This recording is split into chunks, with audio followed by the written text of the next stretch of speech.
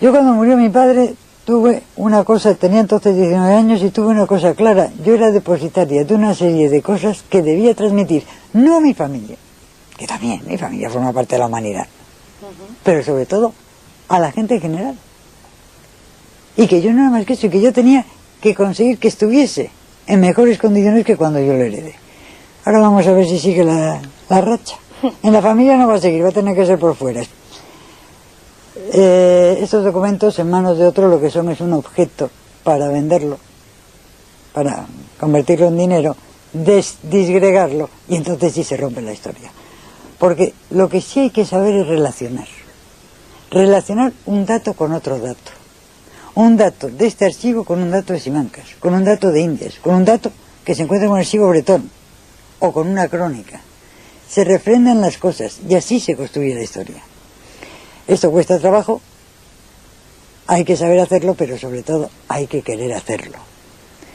Porque si usted me coge el dato y lo aísla, este dato no sirve para nada. Cuando me hablan de documentos milagrosos, yo me río siempre. No hay documentos milagrosos. ¿Y por qué cree usted, duquesa, que si la historia es historia y lo que interesa es conocer la historia, pues es como una contradicción que cuando se descubre cuál es la historia real, pues no se quiera contar? Cuando no interesa que haya levantamientos, que haya sublevaciones, interesa un pueblo manso, los héroes van a ser distintos, van a ser héroes mansos. No tiene usted más que ver lo que son los famosos, ni siquiera trabajadores, por lo menos en el siglo pasado se decía el héroe era el que trabajaba, el que hacía algo. Ahora no, ahora es el que apanda dinero y se ha terminado. Luego, por otra parte, pues hay gente que tiene miedo a que los pueblos, conociendo la verdad, se asusten. Eso me parece totalmente absurdo. Es un poco como lo que pasa con el código genético. Ahí está. Ahí están los genes. Los antiguos decían, esta familia tiene muchos ojos azules o tienen tal carácter. Sabían que existía algo que se transmitía. Pero no queremos enterarnos de que existe un código genético. Pero ahí está el código genético. Conocerlo y saber cómo funciona es útil para la sociedad. De la misma manera que es útil conocer la verdad de la historia. Pero da miedo. Da miedo a los que tienen coco. Y el que tiene coco siempre es el que tiene algo que esconder. Los de aquí, sobre todo, que andan mucho por el archivo, son muy suspicaces y quieren historia real. Y si no es real, me vienen y me dicen, oye, ¿has oído el cuento chino que estaba contando ese?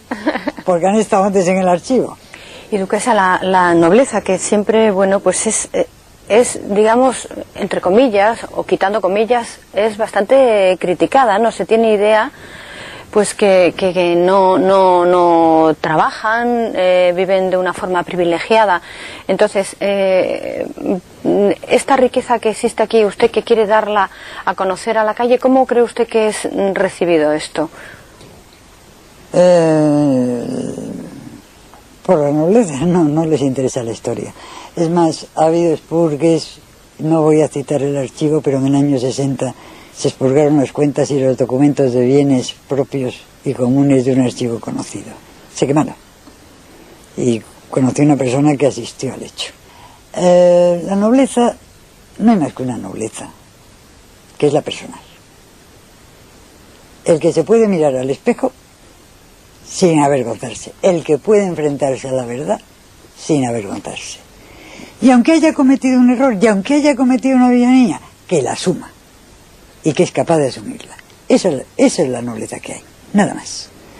Lo otro pues es un plumerito, que antes tenía una función de gobierno de los estados, ahora no tienen ninguna.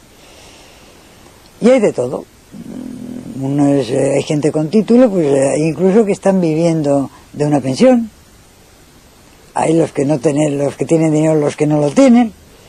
Hay gente que está trabajando. Los que se benefician, no diría yo solo del título, los que se benefician son los que están tocando toda su vida las palmas al poder, sea el que sea, se pliegan a sus caprichos en todo y naturalmente son pagados con publicidad, son imágenes. ¿Cuál es el ejemplo? Este triunfa porque dice amén. Luego tú, si quieres triunfar, tienes que decir amén. Es el ejemplo para la sociedad. Y esos son esa nobleza que se imagina superior, etcétera. No es para nada superior. Y además yo comprendo que muchos se aíslen, porque si se hablase con ellos se vería que son totalmente tontos, además de sinvergüenzas. Muchos, no todos. Ya sabe usted que decir amén, cuando no se está de acuerdo con lo que se está diciendo, es el primer paso hacia la sinvergonzonería y hacia la falta de valores, ¿no? Y hacia la falta de ética. Y duquesa, para finalizar de verdad con ese encanto, esa inteligencia, pero ¿por qué está usted considerada la niña terrible de la nobleza? Una niña ya a los 67 años, que usted que le diga. Pero en este país lo de pensar, ya lo decía Unamuno, la maldita manía de pensar. Lo de pensar es una cosa que no gusta, y lo de decir la verdad muchísimo menos. Es un país escolástico, la verdad, mirar la realidad y contarla como es, y tratar de informarse en lugar de divagar, no gusta mucho. Yo, en fin, llevo una vida bastante tranquila, me montan pollos, pero yo no monto ninguno. Es curioso porque hay gente que dice, todo el mundo habla muy mal de ella. A nadie se le ocurre decir por qué. Esa pregunta no la hace nadie. ¿Y por qué? Pues no lo sé, yo tampoco lo sé, en fin, algo habré hecho. No, sencillamente pues que no me las callo, no me las he callado nunca y pienso no seguir callándomelas. Discretamente y en donde es, pero pienso no seguir callándomelas, y si veo una cosa la digo. Y como yo digo, lo más que puede pasar, por eso no se muere uno más que una vez.